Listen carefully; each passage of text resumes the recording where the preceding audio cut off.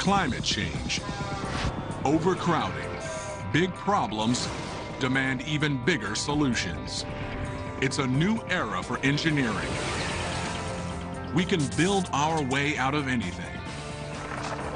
In Chicago, there's no room to grow, but an underground city could house thousands. This is mega engineering.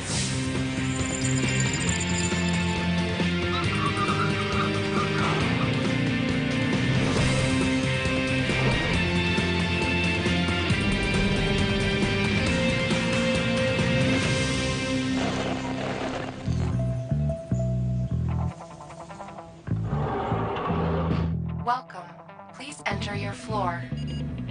Minus 78. Going down.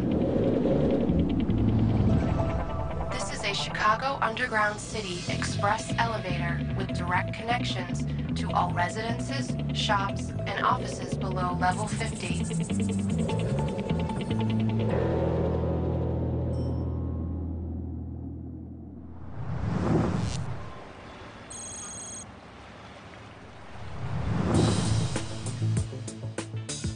Chicago, Illinois, the nation's third most populous city, an iconic skyline, and an urban grid teeming with the daily rhythms of city life.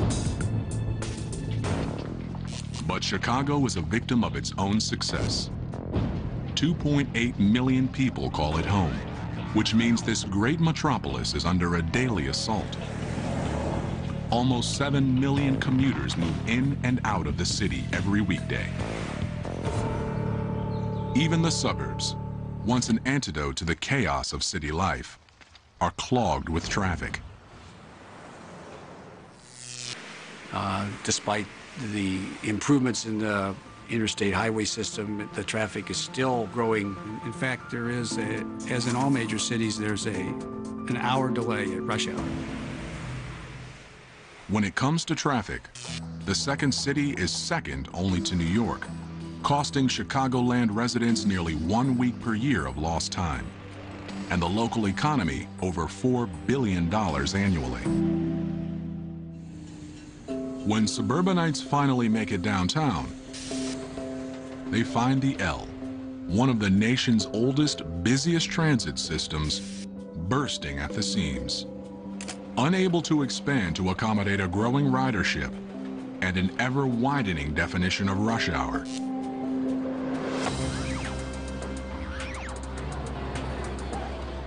Well, the subway and L stations are only built for 8 cars, so therefore to increase the capacity in the system, it would be necessary to increase the size of the stations, and that would come at a very great expense. Undeveloped land around the city is scarce, so growing out is no longer an option. And with downtown real estate at a premium, the city needs a drastic, some say groundbreaking, solution. Chicago, already home to some of the nation's tallest buildings, will have to build down.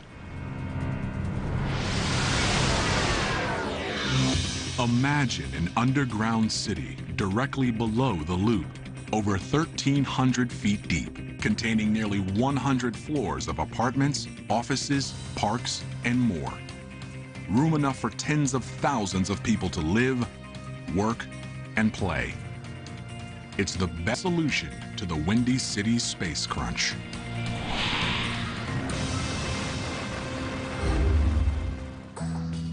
Quite clearly, you can get more people doing something or living or whatever you want to do in this underground space, where now you have very limited space on top. It's an undertaking so big, so innovative, that it will usher in a public works project of unparalleled dimensions, challenges, and dangers.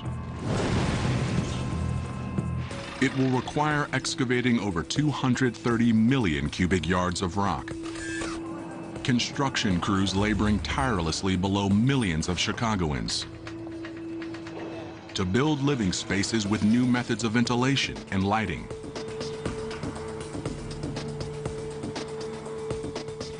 to ensure that the city beneath Chicago succeeds.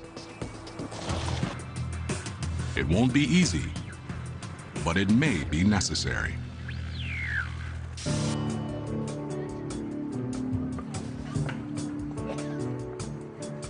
Expanding underground is a solution that's becoming more plausible, with the emergence of new techniques to make living underground a reality.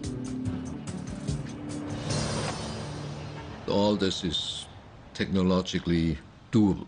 It comes then very quickly down to what is the other side of engineering is what does this cost and how long does it take to build.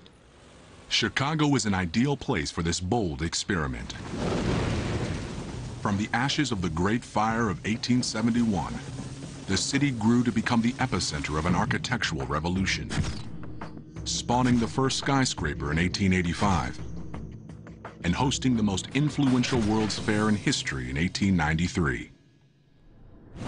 By building underground, Chicago will cement its reputation as one of the most forward-thinking cities on the planet. But it may not be the first. Amsterdam is already proposing to make space below ground where none exists above. In this Dutch city, where streetcars, pedestrians, and 550,000 bicycles compete for space along narrow streets, the volume of cars is a growing problem.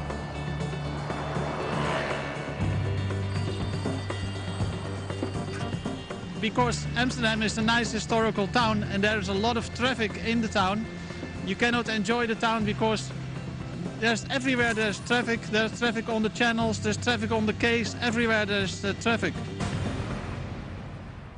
Ancient city planners never foresaw a day when their picturesque byways would be overrun with automobiles. Today, there's a movement to get them off the streets. But to do that, while still maintaining Amsterdam's historic charm, it has to look towards a signature feature of its historic past: the city's canals.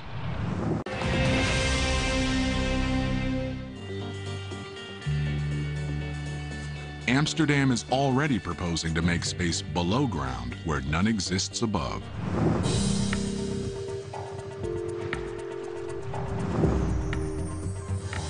The plan?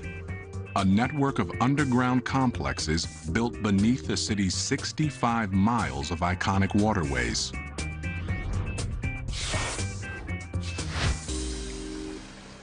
So we thought we bring a lot of functions who doesn't need daylight under the ground. Parking garages, movie theaters, and shops, all built beneath miles of real estate that just happens to be filled with water. Working in the canal space is indeed the best option because you make from 1 square meter which has no value, you make 6 square meters which has a lot of value, of course. In fact, the plan will convert over 20 square miles of largely untapped space and provide storage for thousands of cars. But building in Amsterdam requires sensitivity to the city's unique architecture. Amsterdam's streets can't be choked with construction equipment. Some are so narrow that the massive trucks needed to build underground won't even fit. We don't want to have any trucks in the town because that gives an awful lot of mess and we don't want to mess up this nice historical town.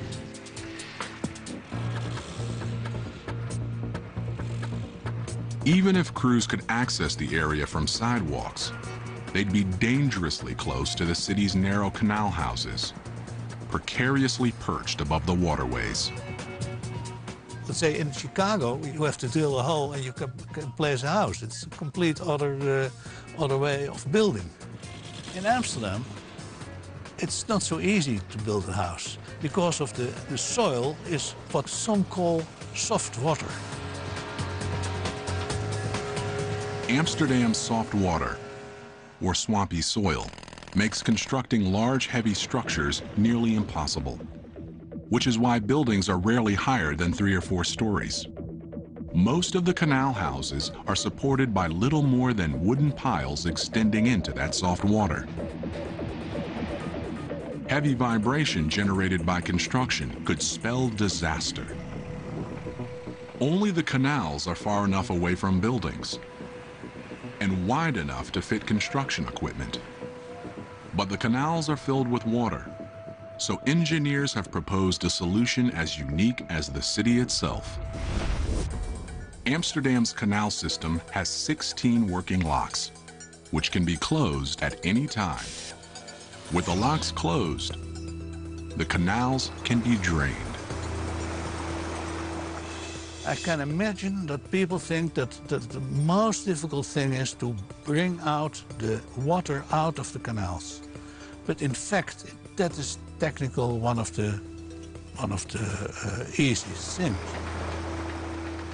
Once the canals are dry, crews will get to work, digging 30 feet down before sealing off a new surface that's both sealing to the complex below and floor to the canal above.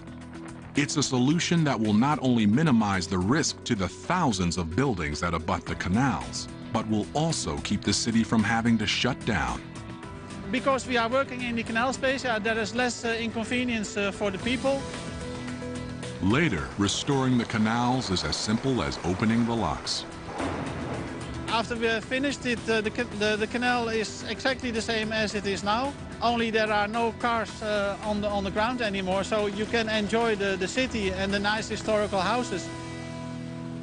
The project would remove thousands of cars from sidewalks, and if it works, it could spur other cities to take up the challenge. There's just one problem. Few cities have canals from which to access their downtowns. In Chicago, there's simply no way to dig up streets without paralyzing the city and infuriating millions. People are afraid of change. That's difficult. It's not a technical difficult, but it's very difficult to explain them. You get a better city. Chicago may be the perfect location for this subterranean experiment, because deep beneath the glass, steel, and asphalt of this historic city lies an even richer geological past. Well, I think it's easiest to think of Chicago geology as being a layer cake of widely differing geologic materials. The first layer is approximately 100 feet of glacial clay, loose, soft material that's barely suitable for large structures. But beneath that lies 400 feet of limestone, strong rock that's perfect for hollowing out large chambers. The limestone beneath Chicago is advantageous because it is stronger than concrete, typical concrete that we pour for structures. That layer is followed by over 100 feet of shale, an unstable rock that's less ideal for building. Shale is 5 to 10 times weaker than limestone. It is subject to this phenomenon that we call slaking. When exposed to water, it expands and fractures and degrades. Vertical access shafts could be drilled through the shale to the next layer of limestone, which extends for another 400 feet. It's a pattern that repeats again down to 1,300 feet before hitting a deep layer of sandstone. The top of that sandstone is weak, very weak. So weak, in fact, that it can be mined with a fire hose. That weakness means that the underground city could go no deeper. But it's the alternating sections of limestone that make Chicago an ideal location for this feat of geological engineering. And excavating limestone is something with which Chicago is already familiar. Here at the Vulcan Mine in Naperville, Illinois, 45 minutes from downtown Chicago, an active limestone and dolomite mine has been in operation for more than 2 years, with enough material left for decades more. Today, crews will descend 400 feet to excavate the latest level of the mine. Their goal is to remove thousands of tons of rock in one day. They do it through a process called drill and blast.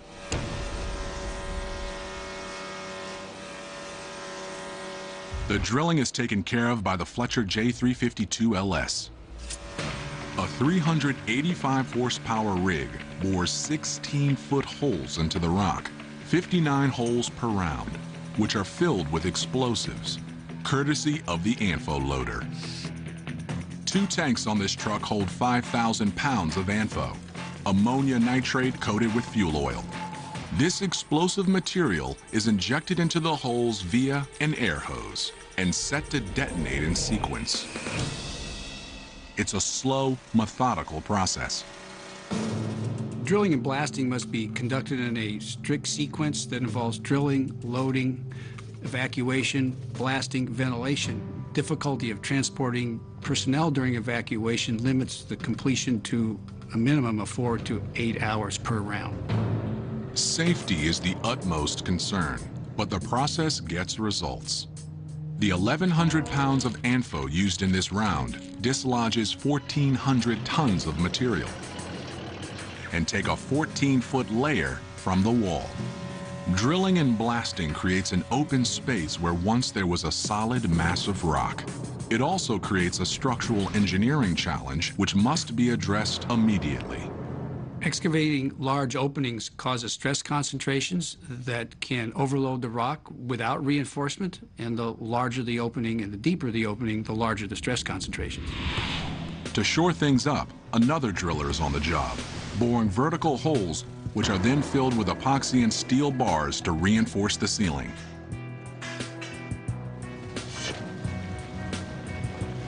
After the blast, excavated material is removed via this conveyor belt and trucked to area construction sites to be used as aggregate, a crucial ingredient in concrete that can be put to immediate use in Chicago. If it's good material, which if you do this in the limestone in Chicago, that will be probably the case, you actually can use this material to fabricate concrete, some of which will go back into this underground city. Well, why transport it to the surface when you can keep it down there and manufacture the city on the spot? The underground city could use some of the material, but not all of it, leaving enough extra excavated material to pave over 30,000 miles of roads, which could stretch around the globe 1.5 times. With the ease of excavation, digging a new city is not a problem. Holding up the existing city is.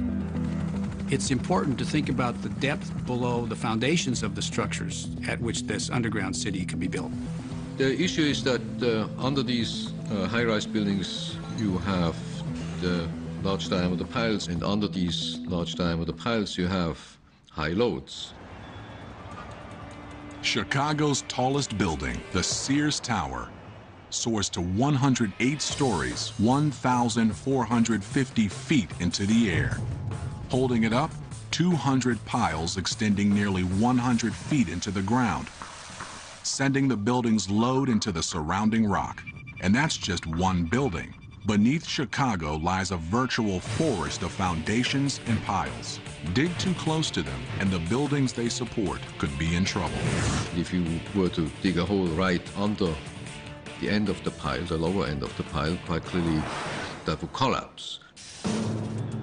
For safety's sake, the first level of the underground city must be positioned hundreds of feet beneath the lowest pile. But getting there without closing city streets, rerouting miles of train lines, or redirecting sewage tunnels, water pipes, and utilities would be an enormous challenge. Avoiding them altogether would be the easiest, cheapest option. To access the underground city, it would be important to construct that in an area where there weren't structures and utilities already. Unable to disturb the city life above, crews will have to begin their access to the worksite from miles away. Another possibility would be to provide this access with an incline instead of coming in vertically. Starting from outside the city center, crews and equipment will tunnel downtown, a journey that would stop nearly 300 feet below the center of Chicago. Deep enough to avoid building foundations and city infrastructure. There, they will begin a drilling and blasting routine to construct the first level, a staging area for building even deeper. But as they do, they'll have to make sure that the walls of this new subterranean metropolis are strong enough to hold back the water of mighty Lake Michigan. Chicago is famous for two things. It's big and it's cold. But one place that's bigger and colder is Moscow. With 15 million people in the metropolitan area and over 3 million cars causing some of the worst traffic in the world, Moscow's explosive growth is putting it on a crash course with catastrophe. The real #1 priority right now is to get rid of the transportation collapse in the city and the constant traffic jams. To cope, the Russian capital has nowhere to go but down. Moscow has a historic center. If we want to build anything and not ruin any historic architecture, we have to build underground. Russia is in the middle of an underground construction boom with 2 new projects that aim to save the city from its own success. The first, Tverskaya Mall, will be the biggest underground mall in all of Europe when it's finished. 4 stories deep, spanning over 350,000 square feet. Russia is in the middle of an underground construction boom. The first, Tverskaya Mall, will be the biggest underground mall in all of Europe when it's finished. But building it means redirecting nearly 294,000 cars that creep through adjacent streets each day. And crews must work perilously close to traffic. The second site, Paveletsky Square, will one day be a 5-story deep shopping and parking complex, integrated with the train station that sits above it. But before that plan is realized, crews must cope with the city's soft, muddy soil. The soft soil doesn't pose a problem when erecting the shorter buildings that are the city's signature, but it's not ideally suited for building underground. Just to get to a firm enough stratum for building means digging down over 90 feet to stiffer, stronger clay. Back at Paveletsky Square, the crew knows those challenges all too well. Digging one giant hole for an underground mall isn't an option. Not when Moscow's loose, muddy soil is so hard to hold back. So today, instead of digging space for the complex and then lining it with concrete walls, they are doing the opposite, building the walls first. That's the job of this excavator. 6 sets of blades dig through the slop, cutting a 2-foot-wide chamber that is almost immediately filled with concrete, forming walls to a complex that is yet to be hollowed out. It's slow and laborious, requiring frequent starts and stops just to clean it. But once the walls are set, crews can continue digging. But the challenge doesn't end after the walls are in place. Digging in a city means rerouting utilities, sewage lines, and other infrastructure. Eventually, crews will be able to hollow out this section of Paveletsky Mall. Like on the other side of the worksite, where crews are now 100 feet deep. Lining the walls with steel rebar, concrete, and plastic. With so much water dripping through, the risk of cave-ins is still all too real. That's why these giant poles, 5 feet in diameter, some 200 feet in length, are put in to hold back the walls. Despite their massive size, they're temporary, removed once the entire box is reinforced. Because water always finds the weakest path, engineers must be vigilant, even though Paveletsky Square is half a mile from the Moscow River.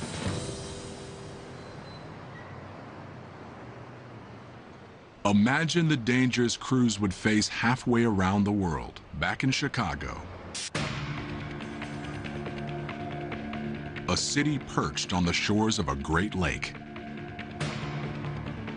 One could imagine Lake Michigan being right there. How does one control all that water from getting into an underground structure?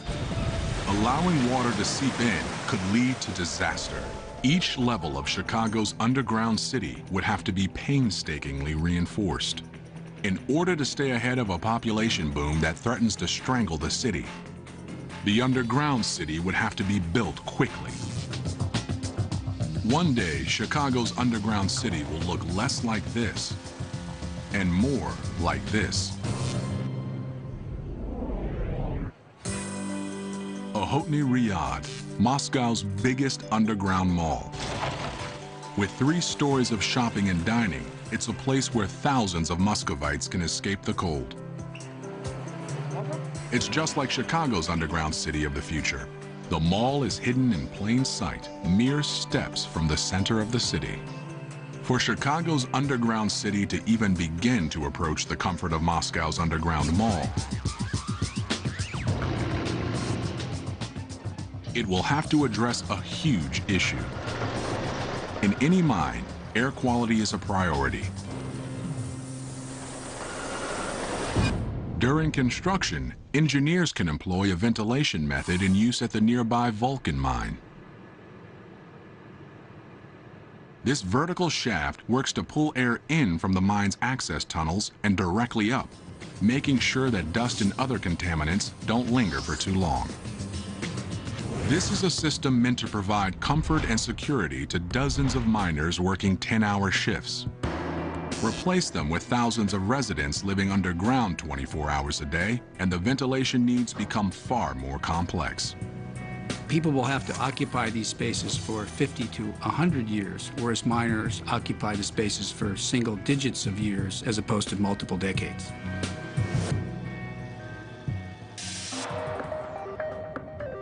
Deep beneath the ground, there will be no open windows, no breezes to keep fresh air circulating. Ventilation is a problem that's already been solved, far beyond the needs of any underground city in Boston, Massachusetts. Here, engineers behind the Big Dig, the most expensive public works project in U.S. history, were faced with thousands of cars passing through almost 4 miles of tunnels every day, spewing tons of poisonous exhaust.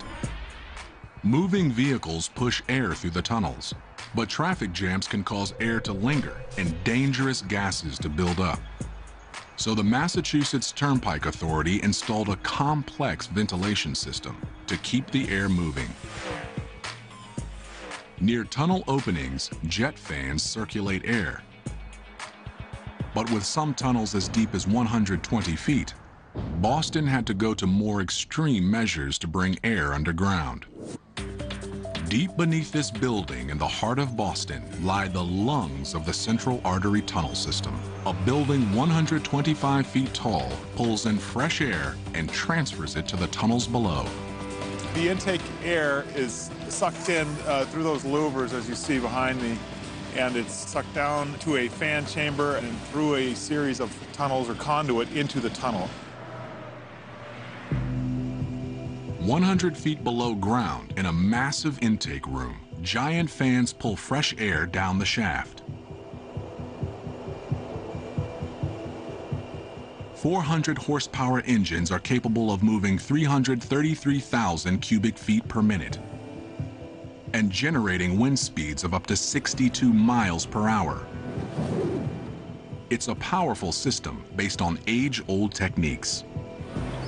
All the components of the Big Dig basically used tried and true technology. The hardware and the mechanical equipment performing the ventilation is pretty much a century old now.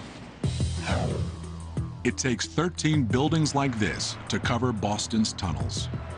And while the means of moving air hasn't changed in years, the ability to adjust to the changing needs of an underground environment has.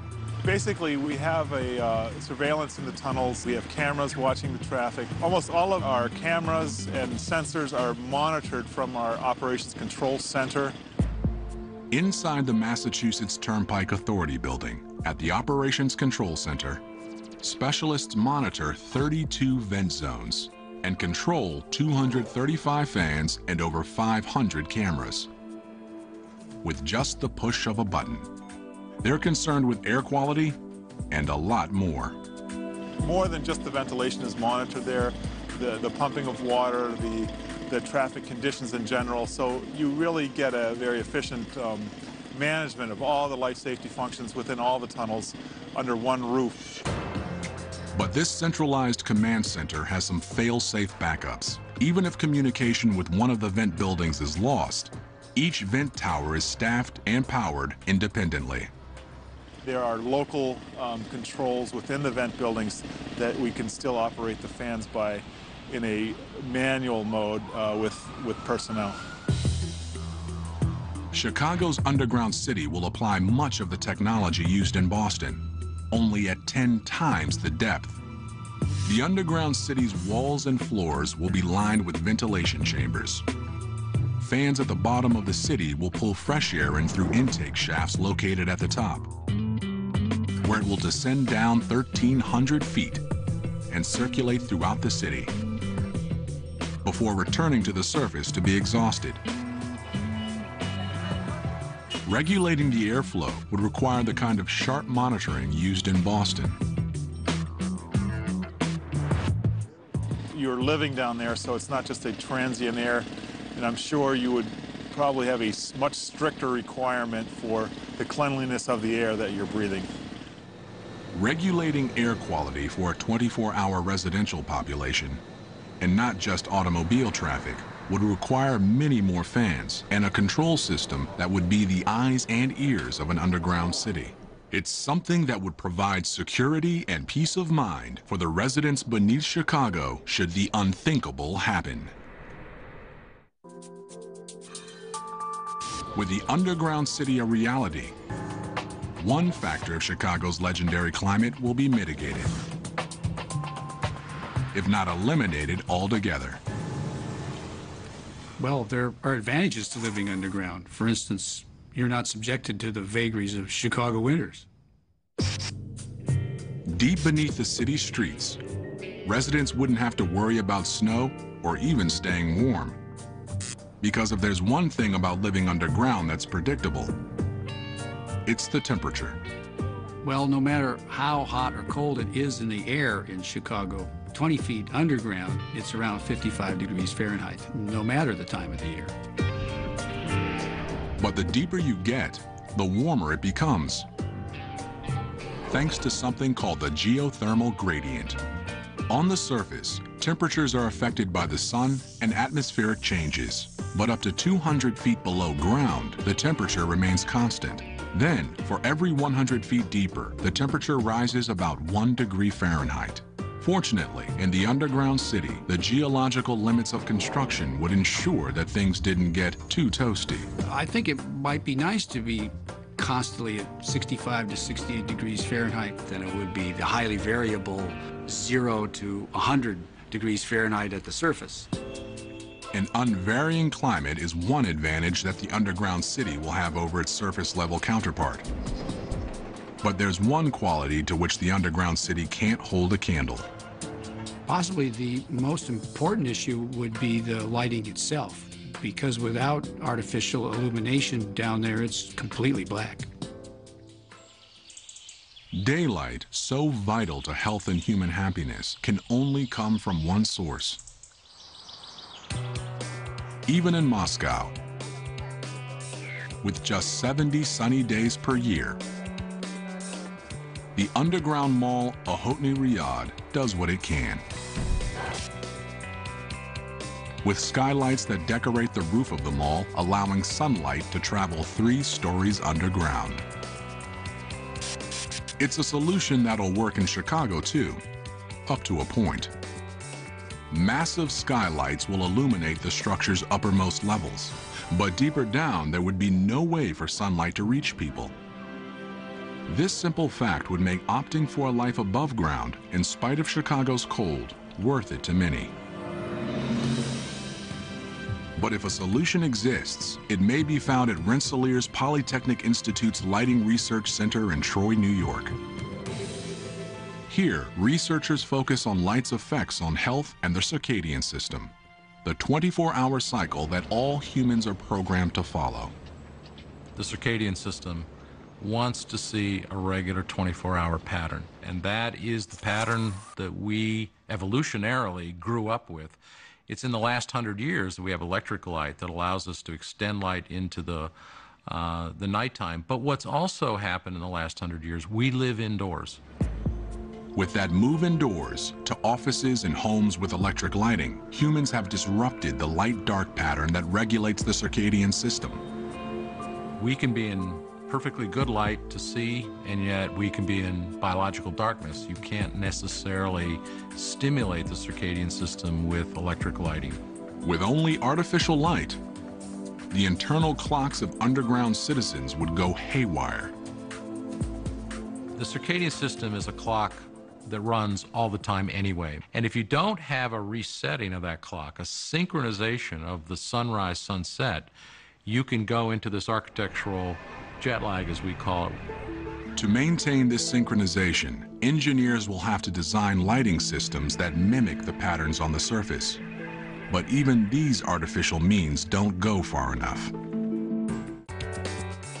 Massive skylights will illuminate the structure's uppermost levels, but deeper down there would be no way for sunlight to reach people. This simple fact would make opting for a life above ground, in spite of Chicago's cold, worth it to many. Engineers will have to design lighting systems that mimic the patterns on the surface. But even these artificial means don't go far enough. It is important not just how much light you get, but when you're getting the light and what kind of light you're getting. In the Light Research Center's lab, a test measures light's effects on brain activity. Hooked up to an EEG, a subject is exposed to different wavelengths of light. While all wavelengths stimulate the brain, blue light is the most effective. The reason why we're working with blue light is because we have shown that the circadian system is maximally sensitive to blue light. That may be because the color of the sky has programmed our brains to respond to the blue wavelength of visible light. RPI has found that the need for blue light is so ingrained into human DNA that it only takes a small amount to trigger alertness. So this way you can effectively achieve the same result in reducing melatonin levels or increasing brain activities with less amount of power or with less light. So it's an energy efficient way of impacting the circadian system. That energy savings would preclude the city from having to bathe common areas in blue light or from running ultra-hot lights to simulate sunlight. Instead, residents could take a more personal approach. Blue light is so effective for the circadian system. We can get very low levels of blue light and be able to impact the circadian system. Brief exposure to blue light is as effective as using a more common method for waking up. What you can do is, just like a cup of coffee, you can use light for 15 minutes, 20 minutes to perk you up and to give you some alerting stimulus. There would be lots of opportunities to manipulate that light in such a way that it can provide a sense of daytime and nighttime, can provide a sense of change, and can provide a sense of difference that makes life enjoyable. It's the differences in life that I think we find attractive. It's not only life below Chicago that would begin to improve. At street level, the city will find smaller crowds, less traffic, and a transportation system more able to cope when people are no longer commuting from outside of the city, but from underneath it. Well, the city could be beautified if much of it were placed underground. Placing the major functions underground will allow us to think more expansively of the most appropriate uses of the surface land. That's just what happened in Boston after the Big Dig. The city has been knitted together again, if you will. Some of the surface land has been reclaimed for public use versus having an elevated highway on it. There are now parks where there were steel structures before. Those above-ground improvements could go a long way towards generating support to expand the underground city. But continuing to hollow out the ground beneath Chicago's skyscrapers could be met with opposition.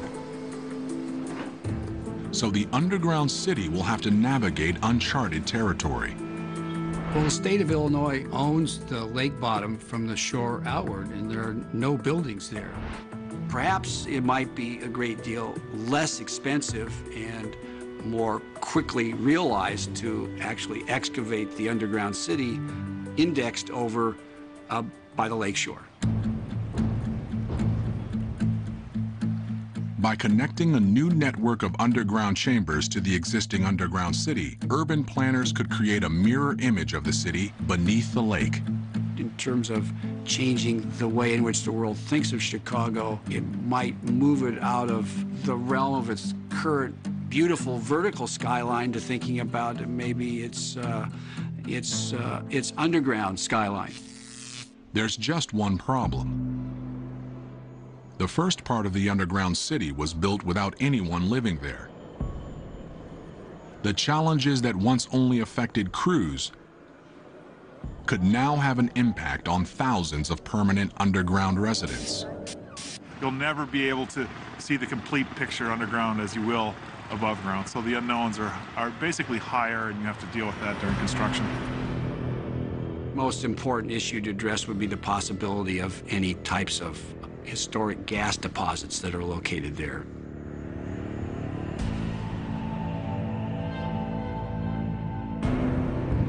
If crews accidentally stumbled upon a hidden gas line,